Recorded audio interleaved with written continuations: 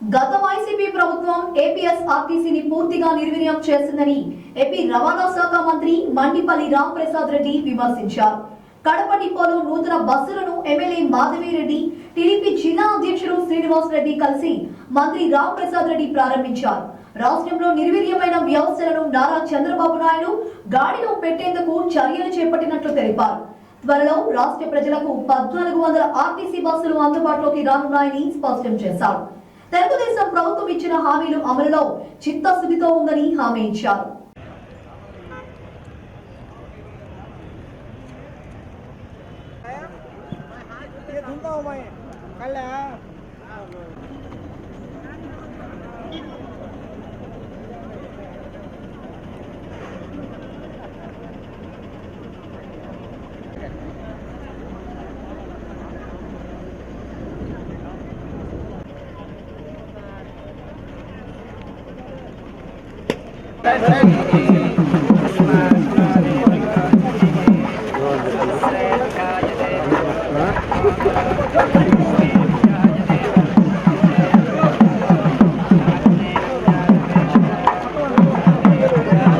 गणपतिभ्यश्च देवता सहस्रो देवं देवती रोचनो रोचस्मान् देवतः विश्वं गुरुदेवताभ्याय तिष्ठति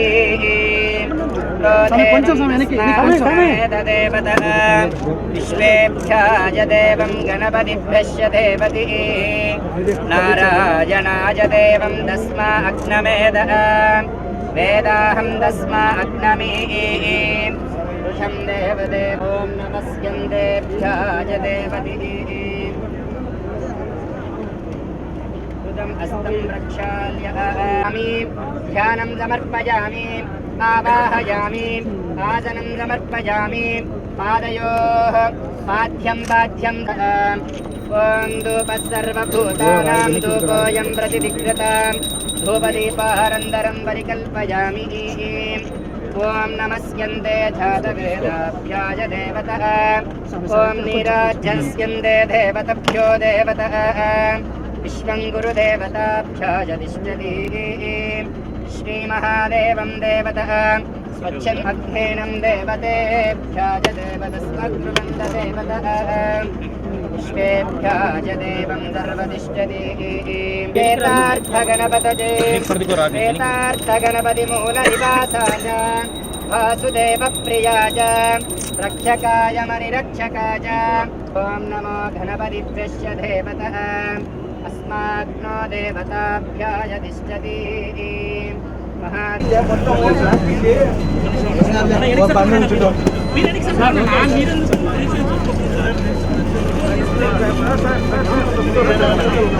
అన్న ఒకసారి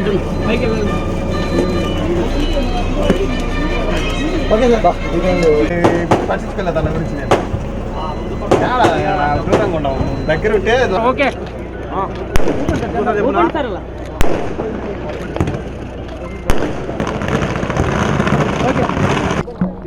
అందరికీ నమస్కారం. ఏపీఎస్ఆర్టీసీ చరిత్రలోనే ఇది ఒక స్వర్ణయుగం. ముఖ్యంగా గత 5 సంవత్సరాల్లో ఏపీఎస్ఆర్టీసీ పూర్తిగా నిర్వీర్యమైంది.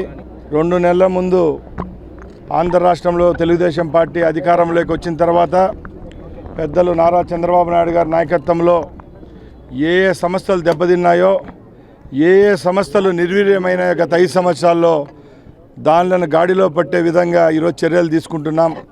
ముఖ్యంగా మన ఆంధ్రప్రదేశ్ రాష్ట్ర ప్రజల యొక్క జీవితాల్లో ఏపీఎస్ఆర్టీసీకి ఒక చిరస్మరణీయ స్థానం ఉంది. సూర్యుడు ఎక్కడి వరకు పోతాడో అక్కడ వరకు ఏపీఎస్ఆర్టీసీ బస్సు కుగ్రామాల్లో కూడా పర్యటిస్తుంది. ముఖ్యంగా పేద ప్రజలకు ఈరోజు మనం ఇస్తున్న బియ్యము, పెన్షన్ ఎలాగో ఏపీఎస్ఆర్టీసీ ప్రయాణం కూడా అంత గొప్పది. కాబట్టి నిర్వీర్యమైన ఏపీఎస్ఆర్టీసీని గాడిలో పెట్టే విధంగా ఈరోజు ఈ రాష్ట్ర ప్రభుత్వం రవాణా శాఖ ఏపీఎస్ఆర్టీసీ చర్యలు తీసుకోవడం జరిగింది. దానిలో భాగంగానే సుమారు 1400 బస్సులు ఈరోజు రోడ్లపైకి రావడం జరుగుతూ ఉంది. ఇది 400 బస్సులు ఇప్పటికే వచ్చాయి. ఇంకా 1000 బస్సులు కూడా రాబోయే కాలంలో ఆంధ్ర రాష్ట్ర ప్రజలకు అందుబాటులోకి వస్తున్నాయి. ముఖ్యంగా ఏపీఎస్ఆర్టీసీలో రేపు రాబోయే కాలంలో కూడా పూర్తిగా విద్యుత్తో నడిపే బస్సులను ఆంధ్ర రాష్ట్రంలో ప్రవేశపెట్టేదానికి రాష్ట్ర ప్రభుత్వం అలాగే కేంద్ర ప్రభుత్వం ఆలోచన చేస్తున్నాయి.